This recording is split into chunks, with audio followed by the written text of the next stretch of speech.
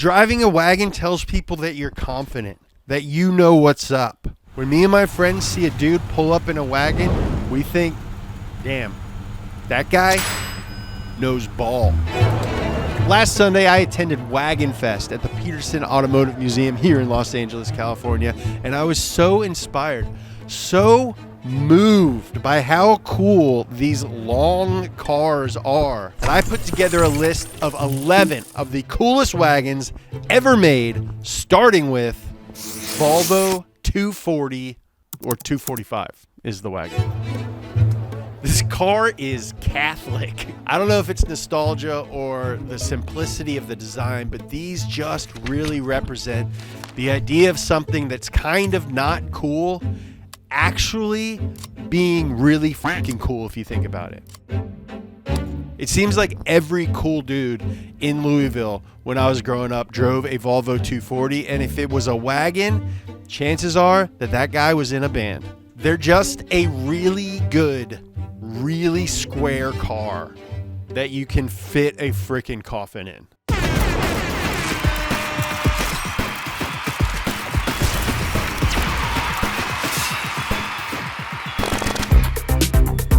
E36 AMG wagon. The E36 AMG was the first car born of the official marriage between Mercedes and AMG and is a great example of the golden era of hand-built AMGs. Since this was the first official AMG car, Mercedes wanted to offer the E36 across their entire E-Class range. You could get it as a sedan, you could get it as a coupe, you could get it as a convertible, but the most rare and by far the coolest version is the wagon, or the T.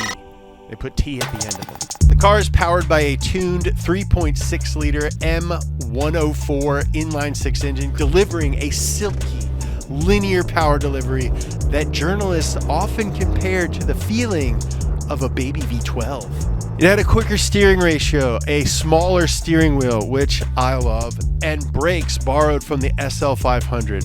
Visually, the E36 AMG is defined by its Gen 2 AMG body kit and iconic monoblock 2 wheels. This thing is going to be really hard to find. It's going to be expensive if you find one, but ultimately, it's just so 90s AMG, which is one of the coolest car aesthetics ever, and the fact that it's a wagon just makes it that much cooler.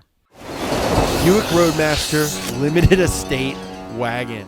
I mean this with 100% sincerity. The Buick Roadmaster with the correct options, and I'm going to get into what those options are here in a second, is top 6 coolest cars in the history of cars.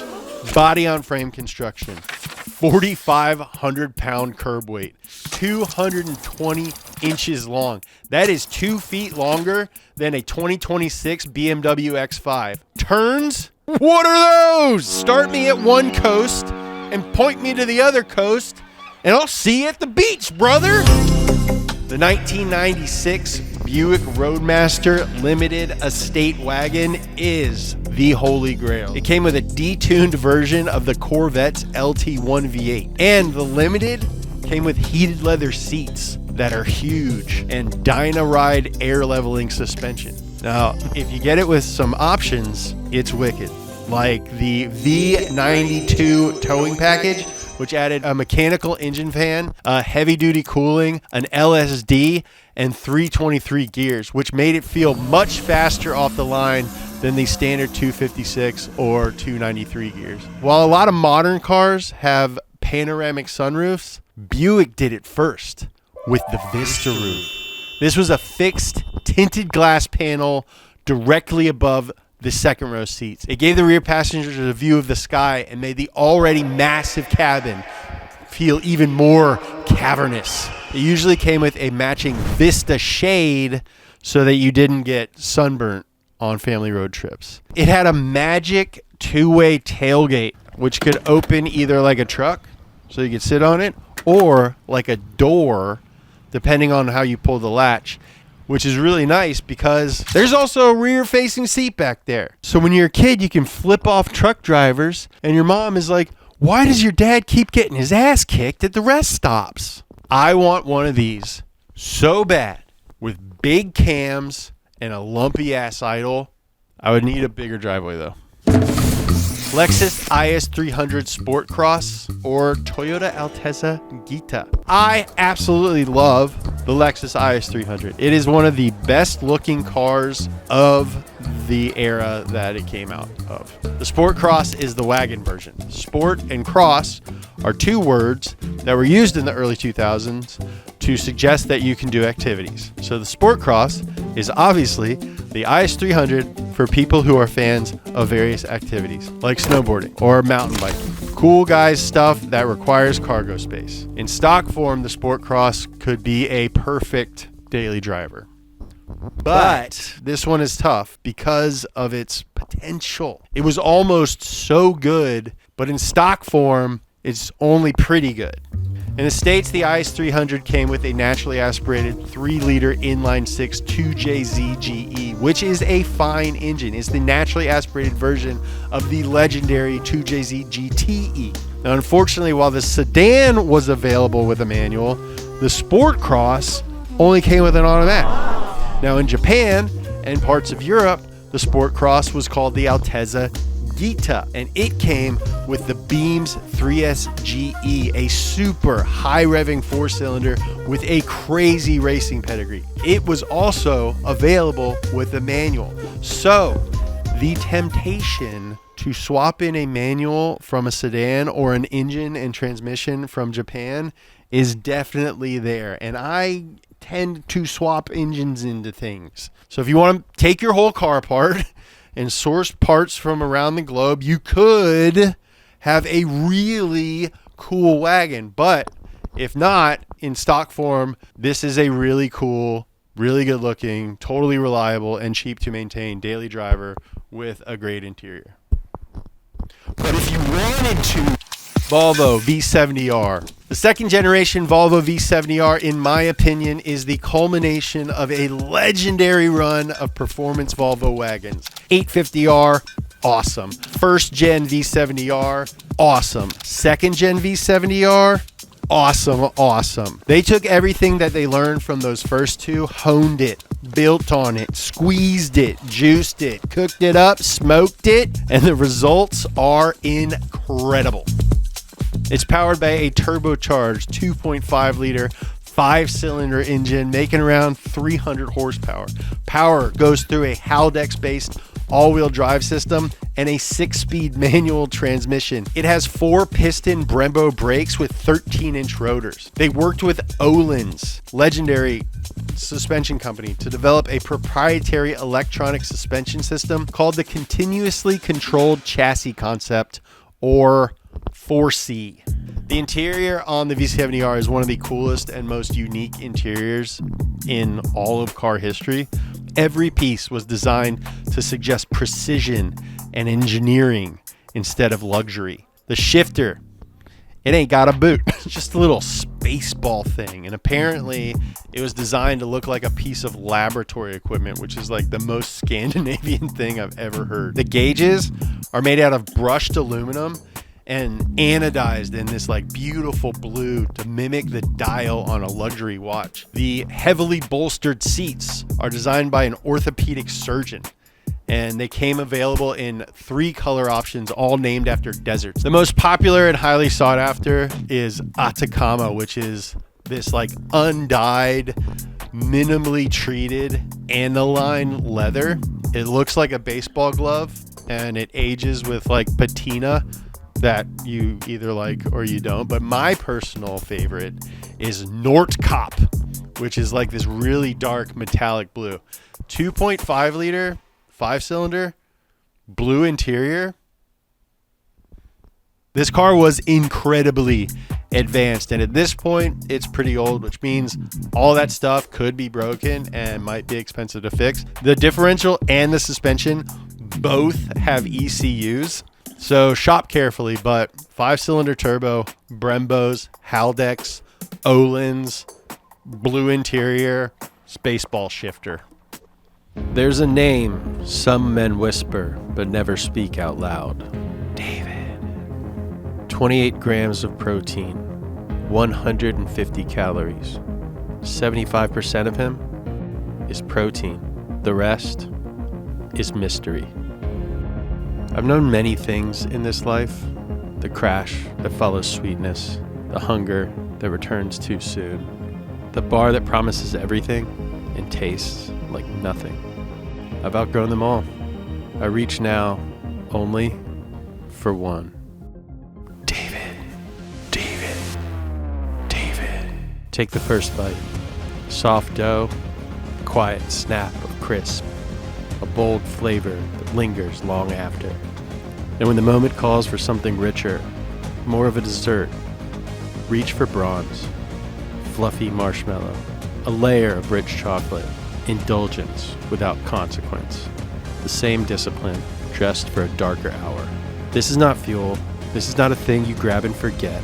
This is a companion for the man who has learned at last what he is worth. David is offering my viewers 4 cartons with the 5th one free. Link below or the code on your screen. And if the hunger cannot wait, you'll find them at Target, at Walmart, at most everywhere fine things are kept. David. By David.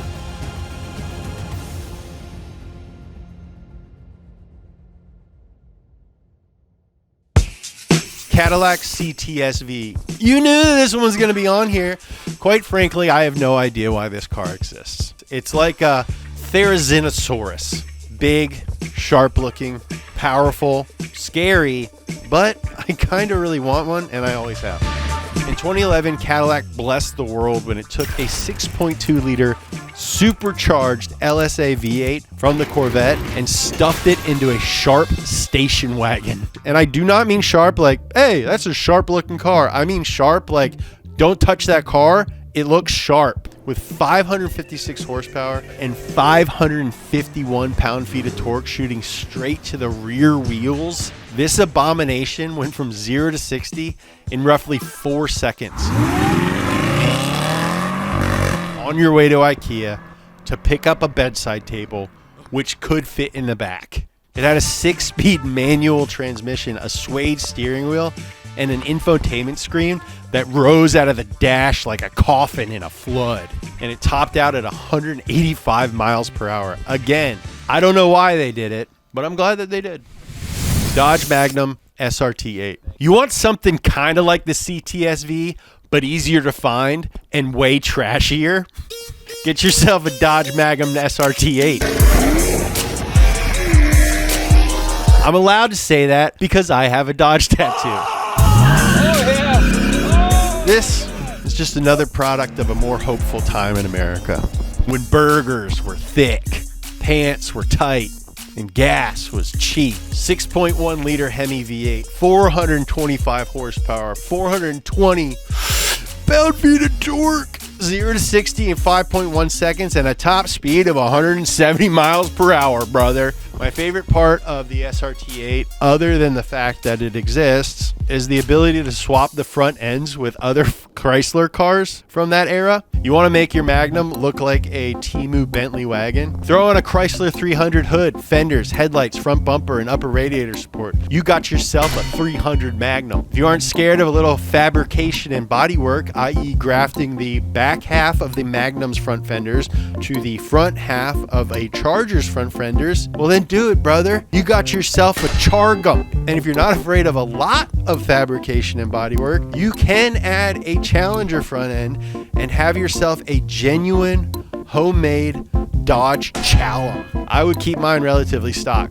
Cams, exhaust, and dumped on 22-inch blades with a polar spicy water livery. F31 M Sport. This is the final 3 Series wagon ever sold in the United States. For now. Hopefully we'll get an M3 Touring next year. BMW is one of the best when it comes to cool wagons, and I honestly cannot believe that this is the only BMW wagon on this list. But here we are. The 3 Series is one of the best cars ever made, and the F chassis is one of the best 3 Series generations ever made, especially when you get it with the M Sport package, which adds a deeper front spoiler, cooler side skirts, a rear diffuser, and all the chrome trim is black. This is the kind of stuff that semi-professional car journalists love to make fun of, but in reality, nice stuff makes a car nice. Is this an M3 Touring? No, it's not, but it is a great wagon with some cool extra stuff on it. And if you're looking for a cool daily driver that costs less than $20,000 for a really nice one, this is one of the best decisions that you can make. Manual, rear-wheel drive, wagon. Toyota Crown Athlete V Estate. 5 Estate? Toyota Crown Athlete V Estate might sound like the Soviet version of Xavier's School for Gifted Youngsters, the place where the X-Men trained. But in reality, it is a giant Toyota station wagon that looks like an old Mercedes and is powered by the legendary 1JZ GTE inline-6 turbo engine.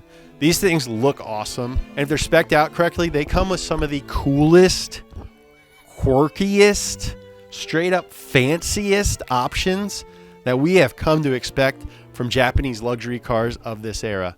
Stuff like oscillating center vents. Your AC moves back and forth like a dorm room fan. They also had heated and cooled storage and a soft closed rear hatch years before that feature became commonplace on modern SUVs. All in all, this is one of the fanciest wagons with one of the best names ever.